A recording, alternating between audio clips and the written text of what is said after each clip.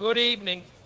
Thank you for the opportunity to share with you my thoughts on matters concerning the future. More specifically, the future well-being of our children and grandchildren.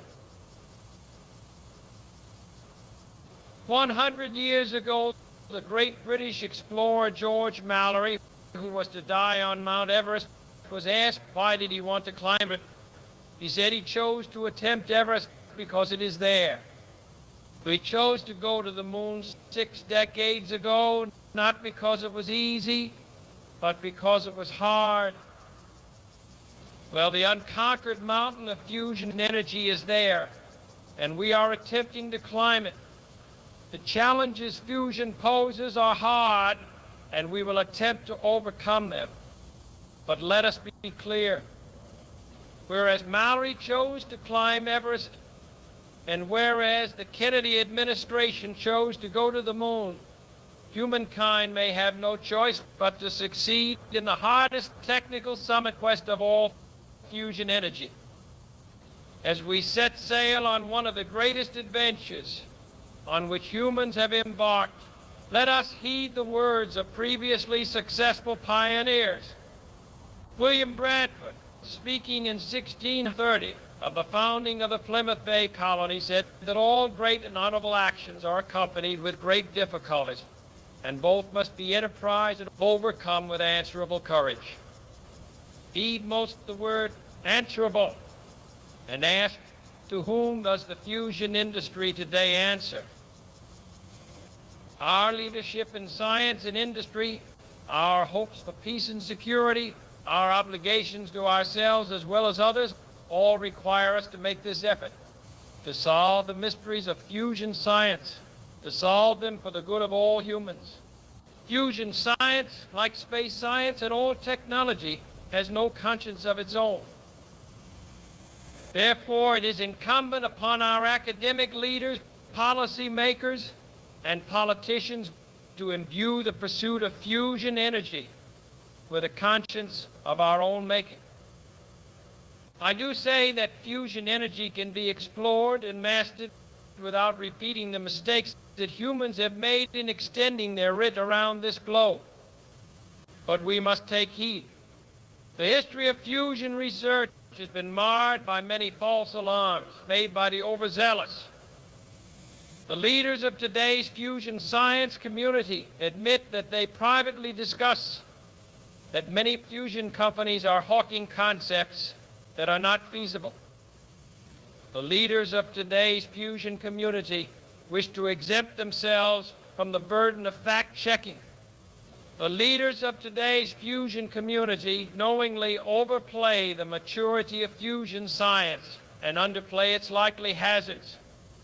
The leaders of today's fusion community liken fusion science to rocket science.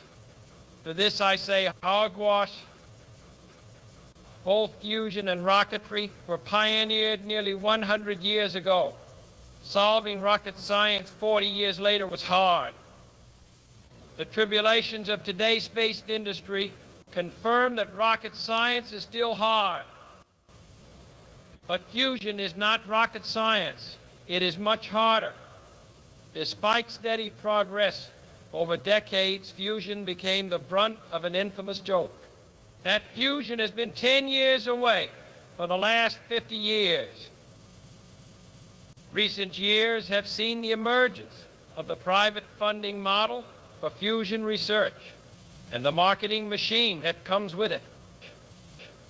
It is not rocket science to suspect that this marketing machine has taken liberties with the definition of what constitutes a scientific breakthrough. Again, I ask, to whom is the private fusion industry answerable? The fusion community is answerable to the laws of physics. In July of this year, the Director General of the ITER tokamak announced massive delays, cost overruns to the world's largest fusion research project. At the July 3rd press conference, he said, in terms of the impact of nuclear fusion on the problems humanity faces now, we should not wait for nuclear fusion to resolve them. This is not prudent. Nuclear power, both fission and fusion, are the only forms of zero-carbon energy with the potential to replace fossil fuels in providing baseload power to our future electrical power grids. As we have been told, it is not prudent to await fusion's realization. It must be prudent, therefore, to begin aggressively building Generation 4 fission plants as a medium-term solution to the energy transition. However, in its haste to usher in the nuclear age, the hazards and complexity of first-generation fission power were understated by its leaders. This resulted in the tragedies of 3 Mile Island and Chernobyl. Undeservedly, but understandably, today's fission power community remains hamstrung by the public relations nightmare of its own making. Despite a clear warning in 1985 by its own scientific leadership not to repeat this grave policy error, today's fusion community also chooses to understate its own hazards and complexity. This fake it until you make it tactic is a staple of the high-tech startup playbook. However, when the stakes are potentially as high as the long-term viability of our planet, as is regularly stated by the fusion industry itself, then we should hold the rhetoric of the fusion energy industry to the highest of standards. That the only prospects of fusion energy are long-term prospects should not in any way distract us from our commitment to its conquest. That the long-term credibility of fusion is put at risk by the short-term tactics of the free market is the greater concern. Fusion's conquest will require the best of humankind. It will be accompanied by great difficulties, which will likely require decades of great and honorable actions by our fusion community. These actions must be enterprised and overcome with answerable courage from all. The fusion community is answerable to the public trust. We chose to climb Everest. We chose to go to the moon. These were goals that served to organize and measure the best of our energies and skills. They were challenges that we were willing to accept, challenges that we were unwilling to postpone, challenges we intended to win. In the case of fusion energy, I believe it is a necessary challenge, and one we must win. The fusion community has lost the public trust essential to achieving its ultimate objective. Given the high stakes involved, going forward, I hope that the fusion community will choose to act more answerably. Only as a last resort, the rules of the scientific method will be brought to bear through social media.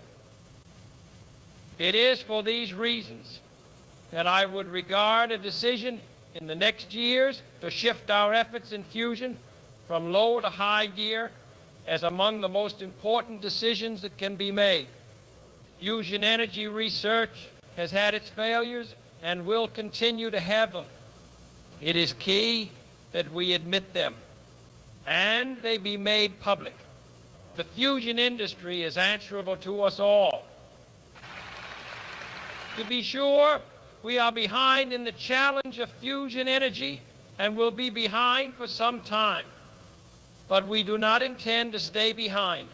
In the next decades, we shall make up and move ahead. The growth of fusion science will be enriched by new knowledge, by new tools and computers for industry. And finally, the fusion industry itself, while still in its infancy, has already created new companies and new jobs.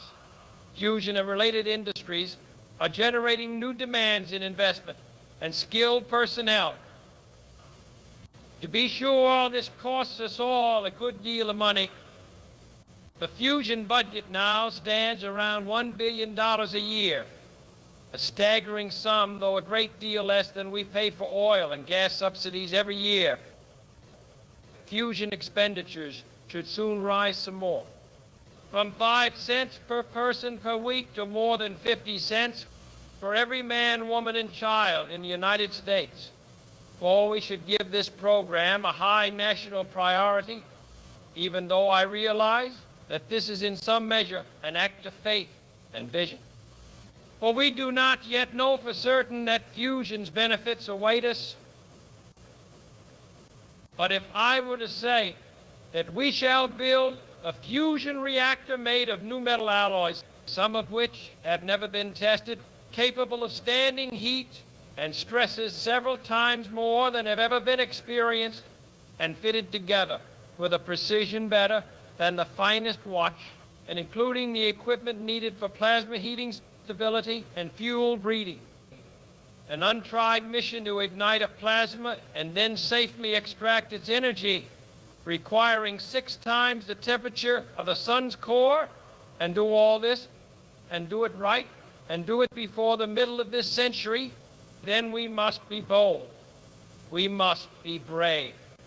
And above all else, we must be answerable. I think we're going to do it. And I think that we must pay what needs to be paid.